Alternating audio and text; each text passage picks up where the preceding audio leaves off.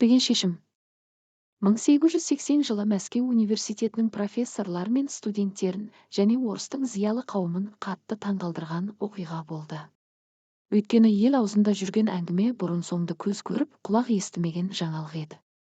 Университеттің ең жас профессоры, математик А.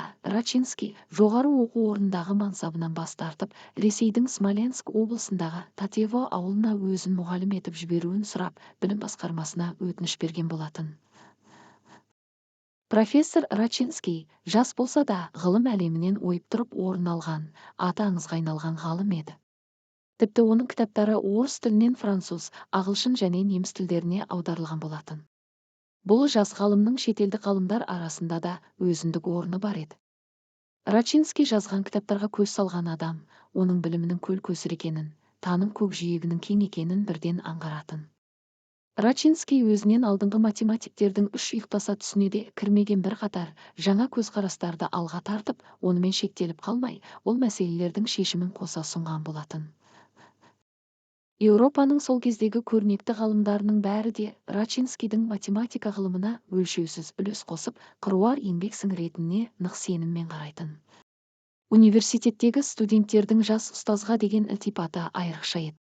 Аудиториялар лық толып, білімгерлер профессордың дәрістерін асыға күтіп, асқан құрметпен, зор ықыласпен тыңдайтын. Рачинскийдің ұстаздық тұлғасы биіктін, бітімі бүтін, болмысы ерек еді. Оның сабақтары өзге оқытушылардікі секілді жұтаң, құрғақ түсіндіруден ғана тұрмайтын. Профессордың рухы мен пікірі әрдайым ұшқын шашатын, дәрісті ұсыну тәсілі де тартымды еді. Студенттер профессордың берген біліммен сусындап қана қоймай, ақылы асқан ағайдың көргені мен көңілге түйгенінің көптігіне таңдана қарайтын, және келтірген мысалдар мен дәйекті дәлелдерінің қуаттылығынан ләззат алатын. Профессордың сабағына қатысатындар ғаламның теңдессіз сұлулығын, жаратылыстың ғажаптығын және барлық болмыстың ерекше үйлесім тауып тұрған тамаша көрінісін математикалық есептер мен теңдеулер арқылы көргенде ғаламат шабыт. Рачинскийдің Мәскеу университетіндегі қызметін бастағанына 10 жылда толмаған еді. Осынау аз ғана уақыттың ішінде шәкірттерінің үшеуі профессор атанып, олар да өз ұстаздары секілді ғылымның біраз белестерін бағындырып үлгерген еді. Мұның бәрі Рачинскийдің ғылыми әлеуеті мен қабілет қарымының күштілігін ғана емес, тұлға тәрбиелеудегі шеберлігін де дәлелдесе керек. Алайда ғылым әлемі оны мақтан тұтып, математика білгірлері үлкен жаңалықтар ашуын күтіп жүргенде, жас профессор өзі сұранып барып, университеттегі ұстаздық және зерттеушілік қызметінен бас тартты. Барлығы бір-бірінен неліктен деп сұрасып жатты. Әдетте бұл сұраққа берілген жауапта қарапайым еді. Неге дейсіздер ме? Ауылда, қарапайым ғана ауылда мұғалім болу үшін. Бұл ақылға сыйымсыз жаңалықты естігендер аң-таң болысты. Тіпті кейбіреулері осы математиктердің ақ естері ауысып қалады, ақылдарынан алжасып, саналарындағы сәуле семіп қалады. Олар тіпті өмірді де түсінбейді. Рачинский де солардың бірі болып шықты. Тұлға бола ма десек, бұл профессор да ақылынан адасқан біреу екен ғой деп әртүрлі әңгімелер таратып жатты. Бұл хабарды естіген университеттің ректоры да ашудан жарылып кете жаздап, Рачинскийді былай деп сөкті. Тәңірім-ай, сен не істеп жүрсің? Осынша уақыттан кейін кішкентай бала секілді, тірі жан жоқ аралға түскен Робинзонның кейбін киейін дедің бе? Осы уақытқа дейін қол жеткізген тамаша мансабыңды, қасықтап жиған абыройыңды әп-сәтте айрандай төге салмақсың ба?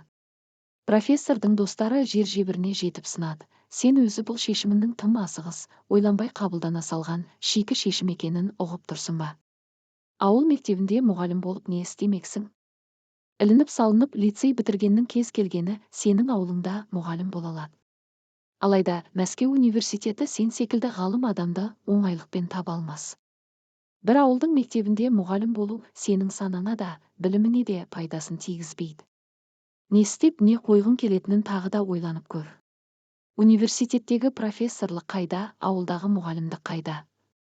Бір профессордың ауыл мұғалімі болуға бекінуі университет іргетасының теңселуі дегенді білдіреді. Бұдан былай үлкен ғалымдарымыз кітаптарын ауылдағы үйлердің пешіне жағып үйді ысту қалпайды. Тағы да ойлан. Сен осыншама көл-көсір біліміңмен өгейсіген қараңғы түкпірлерде не бітірмексің? Өте асқақ рухың мен аса зор қабілетіңді түпсіз шыңырауға тастап жатырсың. Профессор Рачинский болса былай жауап беретін. Мырзалар, жаңылсып тұрсыздар. Мен сіздер ойлағандай көл-көсір білімім мен зор қабілетімді шыңырауға тастауға кетіп бара жатқан жоқпын. Қайта осы біліммен халық арасындағы тасада қалған таланттарды тауып, жаңа қабілеттерді ашуға, оларды жарқыратып жарыққа шығаруға кетіп бара жатырмын. Бәріңіз жақсы білесіздер, жер астынан мұнай шығарғысы келгендер жер бетін бұрғылайды. Кейде тіпті жердің тұңғиық терең қойнауына дейін жетіп жатады. Бұл үшін көптеген ақша мен шығын жұмсайды. Міне, мен бүгін ұлттың рухының тұңғиықтарында мыңдаған жылдар бойы бітеліп жатқан қабілеттерді оятып, жарыққа шығару үшін ауылдарға кетіп бара жатырмын. Бәріңіз білетіндей, жаңа туған мысықтың марғауының немесе иттің күшігінің көздері бастапқы күндерде жабық болады. Олар ештеңе көрмейді.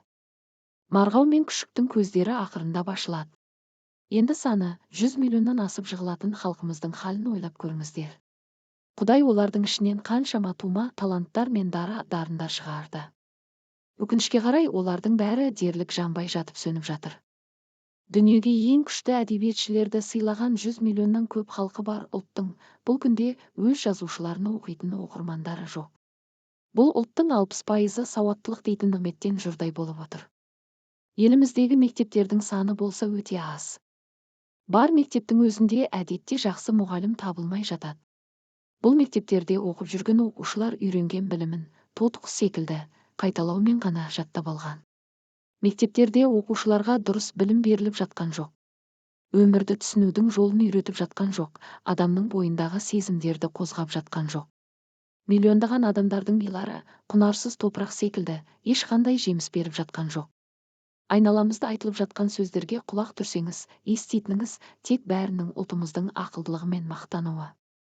Айтатындары тек біздің жеріміз әлемдегі ең бай жер деген мақтан сөздер. Шындап келгенде, отанымыздың топырағының асты ең қымбат қазба байлықтарға толы. Жеріміздің астында барлық нәрсе бар: көмір, темір, тұз, мұнай, қорғасын, мыс. Ал ормандарымыздың шеті мен шегі жоқ. Қаншама фабриканы аз ғана шығын жұмсап қуат көзімен қамтамасыз ететін өзендеріміз, сарқырамаларымыз бар. Рачинский өзін кінәлағандардың көздеріне тік қарап тұрып былай дейтін. Бұл айыптауларыңызды естігенде жүрегімді бір ауыр мұң басады да тұрады. Әсіре мақтанмен айтылған сөздерге қарасақ, бізде барлығы бар. Бірақ ештеңе де жоқ. Жеріміздің бай екеніне ешкімнің күмәні жоқ. Алайда бұл жерде өмір сүріп жатқан адамдар өлместің күнін кешіп жүр. Адамдар бұл жерден мардымсыз ғана өнім алып жатыр. Өздеріне қажеттің бәрін дерлік басқа елдерден сатып алады. Шетелдіктер шығарған өнімдерді пайдалануда. Отандастарымыз станок, мата, дайын киім мен аяқ киім сатып алуда. Шыны, дәрі және сабын сатып алады.